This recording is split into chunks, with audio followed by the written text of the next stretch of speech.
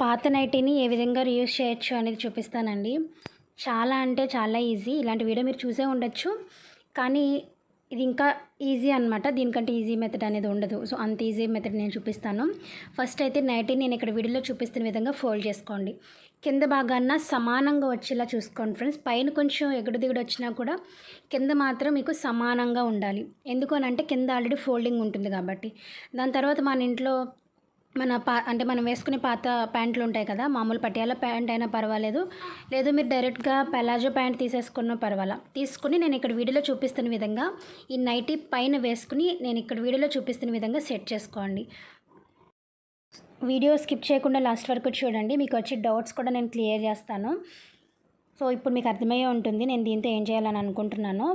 ఈ నైటీన్ తోటి palazzo pant ఏ విధంగా తయారు చేసుకోవాలని చూపిస్తానండి. జస్ట్ ఒకే ఒక కట్ రెండు చోట్ల స్టిచ్ చేయడమే. మొత్తం ప్రాసెస్ మీకు ఒక 10 నిమిషాలు కూడా పట్టదు. ఇలా పరుచుకున్న తర్వాత మనకి కిస్తా దగ్గర నుంచి ఒక 1 ఇంచ్ కిందకి పెట్టుకుని నేను ఇక్కడ వీడియోలో చూపిస్తున్న విధంగా మార్క్ చేసుకోవాలి. పలాజో అనేసరికి కింద మనకి లూజ్ అనేది ఎక్కువగానే ఉంటుంది కదండి. సో ఆ లూజ్ అనేది మీ ఇష్టము. నైటీ ఎంత ఉందో అంత పెట్టేసుకున్నా పర్వాలేదు, లేదని అని అనుకుంటే తగ్గించుకున్న పర్వాలేదు. నేనైతే కొంచెం తగ్గించేసానండి. ఇంచుమించుకు ఒక 4 ఇంచెస్ నేను తగ్గించేసాను. ఎందుకంటే నాకు మరీ అంత లూజ్ ఇష్టం ఉండదు. మీకు ఒకవేళ లూజ్ ఉండాలి అని అనుకుంటే కంప్లీట్గా ఒక 1 ఇంచ్ తగ్గించేసి మిగిలిందంతా కూడా పెట్టేసుకోవచ్చు. చూసారు కదా, జస్ట్ కిస్తా నుంచి నేను ఒక 1 ఇంచ్ కిందకి మార్క్ చేశాను అండ్ కిందకి క్రాస్గా ఒక లైన్ గీసాను. అండ్ పై వైపున మనకి ఫోల్డింగ్ కోసం ఒక 2 ఇంచెస్ వెడల్పులో మార్క్ చేసుకుని అంటే మార్క్ ఎలా అయితే చేసుకున్నాం అదే విధంగా కట్ చేసుకోవడమే. అంతే ఫ్రెండ్స్. ఇలా కట్ చేసేసుకుంటే చూసారు కదా మీకు ఈ పలాజో లాగా ఇది వచ్చింది. ఇప్పుడు దీన్ని స్టిచ్చింగ్ అనేది చూపిస్తాను చూడండి. ఫస్ట్ అయితే దీన్ని ఇలాగా రివర్స్ తిప్పేయండి. ఇలా రివర్స్ తిప్పేసిన తర్వాత ఇక్కడ నేను మీకు వేలుతో చూపించాను కదా, ఈ చివరి నుంచి ఆ చివరి వరకు స్టిచ్ అనేది వేసుకొచ్చేయడమే. కిందన మీకు ఇంకా ఫోల్డింగ్ అవసరం లేదు, ఆల్రెడీ ఫోల్డింగ్ ఉంటుంది కదా నైటీకి. సో అది సరిపోతుందండి. అండ్ పలాజో ప్యాంట్కి ఏంటంటే కిందన పెద్ద ఫోల్డింగ్గా ఉంటుంది, చిన్న ఫోల్డింగ్ ఉండదు కాబట్టి. సో అది కూడా మనకు ప్లస్ అనమాట. సో ఇదిగోండి నేను ఇలాగా ఆ చివరి నుంచి చివరికి ఒక స్టిచ్ అనేది వేసుకొచ్చేసాను. ఇప్పుడు పై భాగాన మనం కావాలంటే ఎలాస్టిక్ వేసుకోవచ్చు, లేదంటే డోరాలైనా వేసేసుకోవచ్చు. ఎలాస్టిక్ అయితే బెటర్. సో నేను ఎలాస్టిక్ వేసాను. ఇప్పుడు దీన్ని నేను ఇక్కడ వీడియోలో చూపిస్తున్న విధంగా ఫస్ట్ ఒక చిన్న గోరంచు మడత అంటాం కదా, అలా వేసుకుని దాని తర్వాత ఒక 2 ఇంచెస్ మనకి వెడల్పు ఉండేలాగా మనం చూసుకొని ఇలా మడత పెట్టేసుకొని చుట్టూ కుట్టేసుకురావాలి.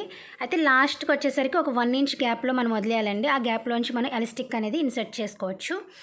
సో ఇది కూడా మొత్తం ఒకేసారి అయిపోయేలాగా మనం ఆ లోపల చిన్న మడత ఇది ఒకేసారి వేసేసుకోవచ్చు. ఇప్పుడు చివరిని కొంచెం నేను చూసారు కదా, ఒక 1 ఇంచ్ గ్యాప్ అలా వదిలేసాను. ఇప్పుడు దాంట్లోంచి మనం ఎలాస్టిక్ అనేది ఇన్సర్ట్ చేసుకోవాలి.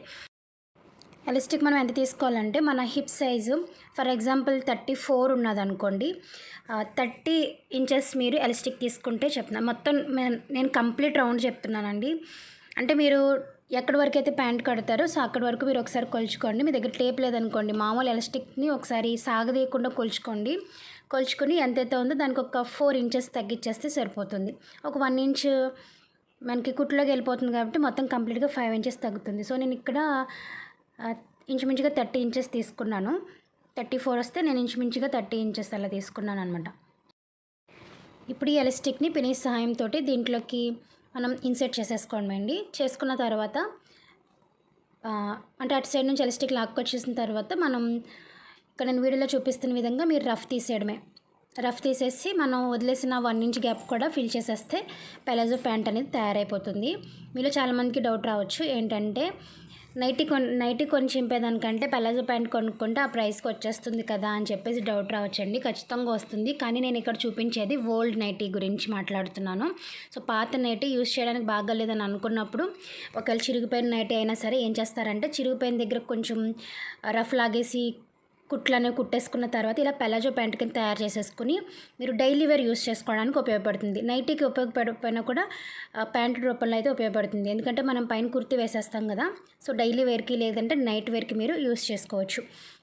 అలా కాకుండా కొన్నిసార్లు మనం తీసుకున్నటువంటి నైటీలు చూడడానికి బాగుంటాయి కానీ కట్టుకోవడానికి బాగోవు.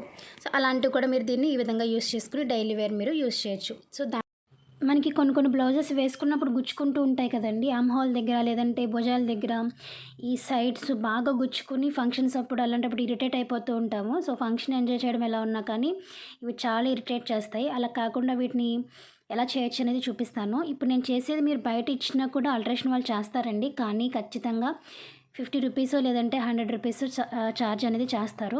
ఇక్కడ నేను మీకు ఒక బ్లౌజ్ చూపిస్తున్నాను కదా! ఇది చూసారా? కంప్లీట్ మిర్రర్ వచ్చింది. సో, ఇది వేసుకుంటే చాలా ఏంటంటే ఇరిటేటింగ్‌గా ఉంటుందన్నమాట. ఇంక ఇప్పుడు మనకి వచ్చేది సమ్మర్ కాబట్టి ఇంక అస్సలు వేసుకోలేము. అలా కాకుండా ఏం చేయాలనేది చూపిస్తాను.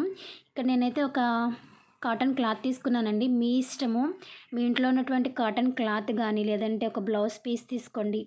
లేదంటే కాటన్ సారీ కానీ మీ ఇష్టం. మెత్తగా ఉండేటువంటి క్లాత్ ఏదైనా తీసుకోండి. అండ్ ఇంకొకటి ఏంటంటే సేమ్ కలర్ ఉండాలని అయితే ఏం లేదు. ఎందుకంటే మనకి లోపలికి వైపుకి వెళ్ళిపోతుంది కాబట్టి ఏదో ఒకటి తీసుకోండి. నేనైతే ఒక డ్రెస్ స్టిచ్ చేసిన తర్వాత మిగిలిన కాటన్ క్లాత్ అనేది తీసుకున్నానండి.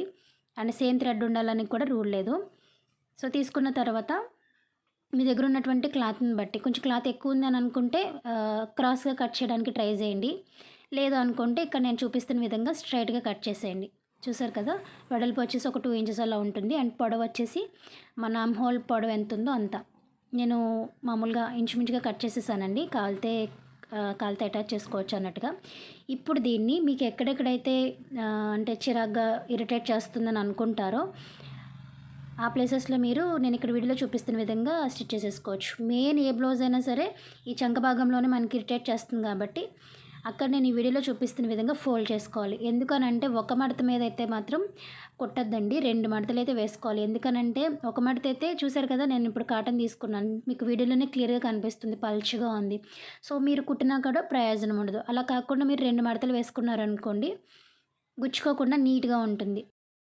అండ్ ఈ ఫోల్డింగ్ అనేది నేను చూపించాను కదా! ఇప్పుడు ఆ చివర మధ్యలోకి మనం మడత పెట్టేసి కుట్టేయడమే.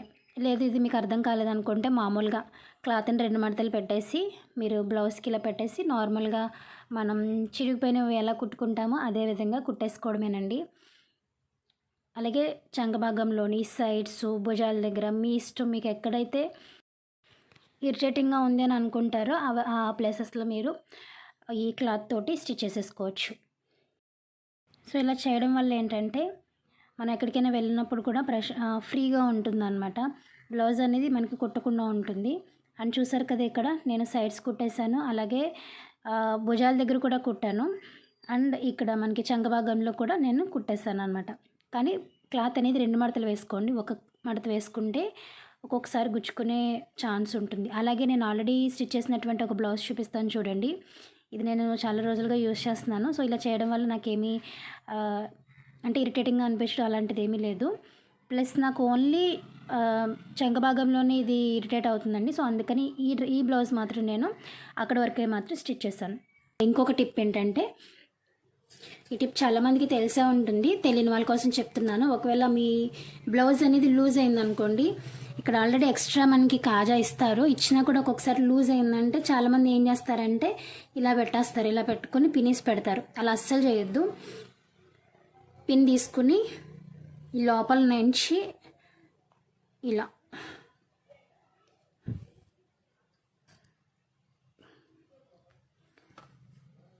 పెట్టుకున్నారంటే ఇది ఒక కాజాలాగా అయిపోతుంది. సో, ఇప్పుడు మనం దీనికి బటన్ పెట్టడమే.